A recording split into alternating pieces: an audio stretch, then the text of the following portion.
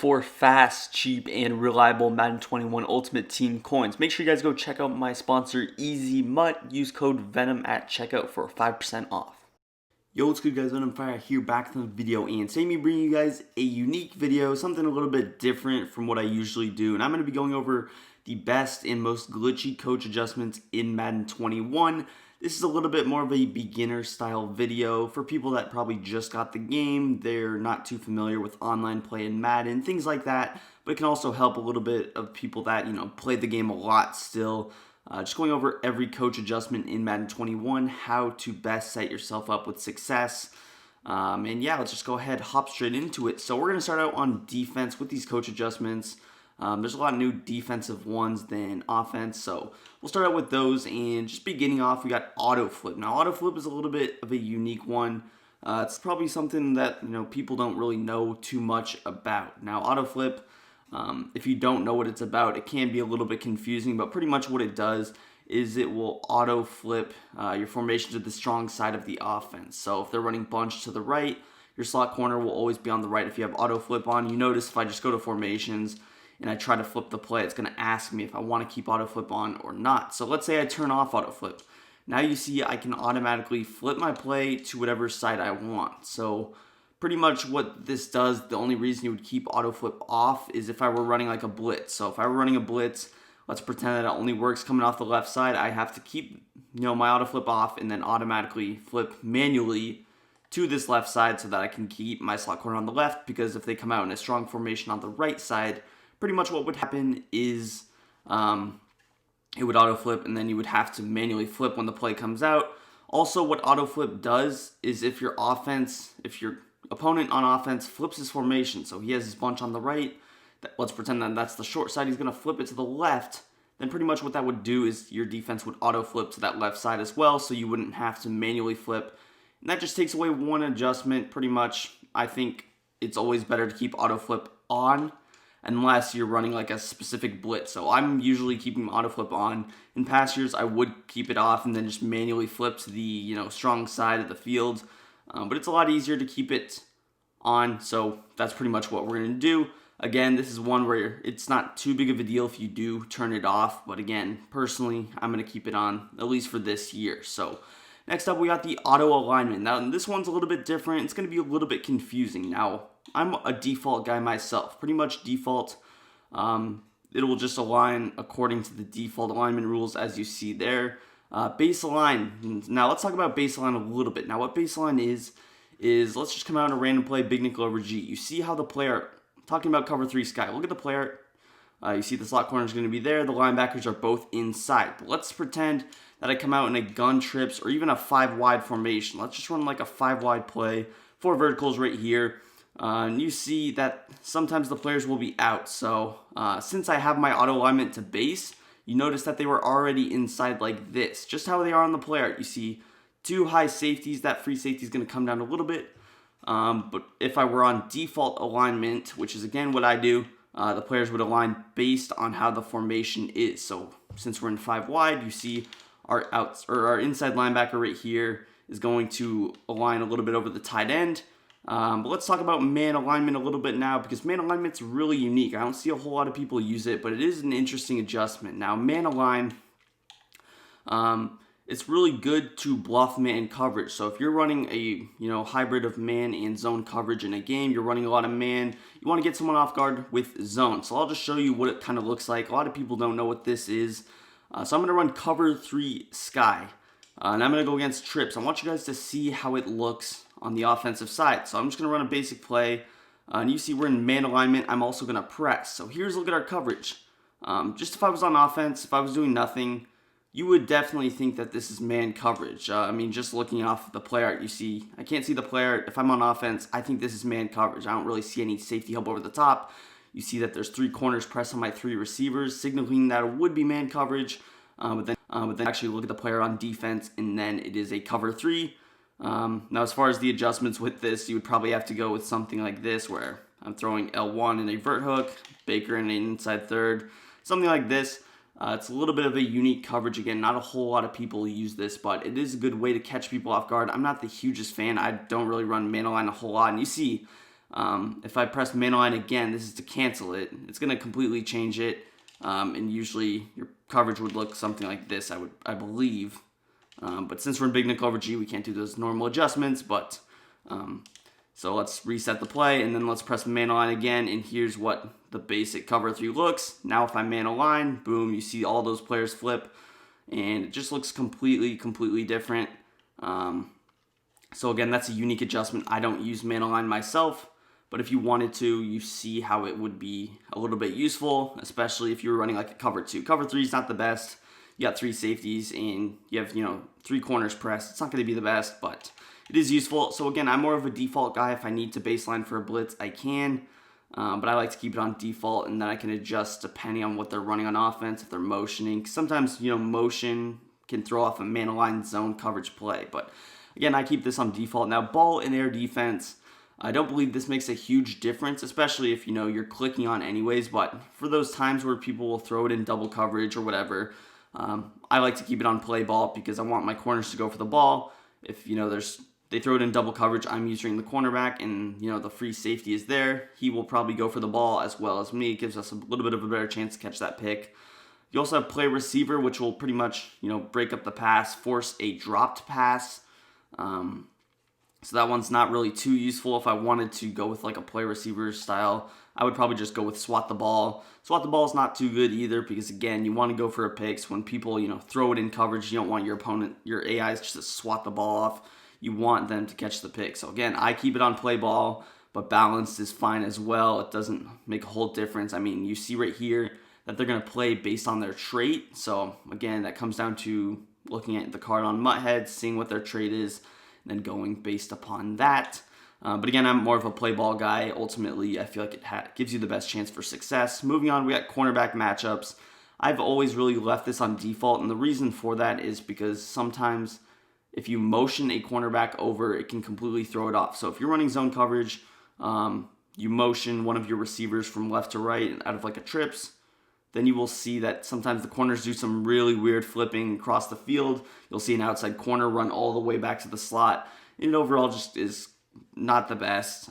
You really want to leave this on balance, doing depth chart, height, speed overall. It's really not going to make a whole big of a difference. If you're that worried about speed, you want to probably manually move him onto the strong side or whatever. So I like to leave this on balance. I highly recommend you do not change this. I've really never changed this. I tried it once, and I got beat for a touchdown. So it's a very risky adjustment. I don't recommend it. Option defense, this is one that you want to leave on conservative. I never really see the reasoning for putting it on aggressive, focusing on the dive and pitch, unless someone's really just like running read option. They're handing it off every time, but they're probably handing it off every time because you're on conservative. The big plays out of a read option will be when the QB keeps it and you can get to the outside. So overall, you want to keep this on conservative. You don't want to let them get a big play, especially if, Lamar Jackson gets out on the edge. It's going to be a bad thing for your defense. Leave this on conservative. You'll be good to go. Force them to hand it off, and even if they do, sometimes they'll keep it. They'll just try and force it with their QB. They'll keep it, and that's where they can lose 5 yards. So we're going to leave that on conservative.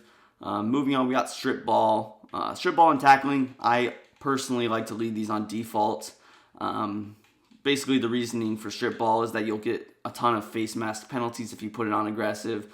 Occasionally, you will get a strip ball, but it's a little bit of a lower payoff, I think, because I get a ton of, face mask almost every tackle with this adjustment compared to barely getting a, CPU strip fumble. Conservative doesn't really do anything. The AI doesn't really attempt to strip to begin with, so if you want, you can put it on conservative, but I haven't really messed with that a whole lot. Usually I'm just going to leave all of this on default. I'm clicking on to tackle regardless, so the AIs won't really do a whole lot for me, and I recommend that you always click on to make tackles, interceptions, so that the CPU is not, making everything for you, not affecting you in a negative way. That's just my reasoning behind that. As far as tackling, again, sometimes they will go for a hit stick, but you'll see a lot of broken tackles if you put it on aggressive. Leave it unbalanced. User click on. If you want to hit stick, user hit stick him. But yeah, let's move on to the main part of the video. It's going to be these zone drops. Zone drops are one of the best features I think they've ever added to Madden. I really like the zone drops as far as, it just adds a lot of diversity to the game, and it allows you to do certain things with your defense you were never able to do in Madden's previous to this one. Now, there's a couple of ways you want to do it. You really want to adjust these. People can easily beat you with crossers this year, corner routes, if you do not adjust your zone drops. So pretty much what you want to do is you want to go with a double flat style of defense this year if you're going to run zone coverage. If you're running man coverage, it doesn't make a whole lot of a difference with these, obviously, with the quote-unquote zone drops. They're not man drops. But what you want to do is you want to go with one zone deeper than the other. So you want to go with, basically, in years past, this would be our purples and clouds, and these would be our hard flats. This year, they don't play as good. The stock zones are terrible, which is why you have to adjust these. So I want to go with flats 20 or curl flats 5, and then I'm going to put both zones on my field. I can honestly show you guys a little bit later after this, but as far as hooks go, I'm not the biggest fan of adjusting them. I feel like hooks play decently this year. I mean, sometimes they won't play certain routes, but if you want, you can throw them a little bit deeper. The reason that I don't like putting them at 15 or 20 yards is because people can easily throw drags underneath them. I feel like default plays the best. Obviously, these 30-yard adjustments maybe you would use in a 4th down and 30 situation if you wanted them, but then you could just use the sticks adjustment. Overall, I like to leave them on default, and then I can adjust. I can shade over the top. My hook zones will play deeper anyways. I can play underneath. They will play shallower anyways. Certain defenses, it will help. But again, they'll let you know if you're watching a video, if you need to adjust your zone drop hooks. Usually, you'll just leave them on default. But again, back to these flats and curl flats. I'll show you a style of defense where you would put flats on 20 and curl flats on 5. Let's just run a stock cover 2 here.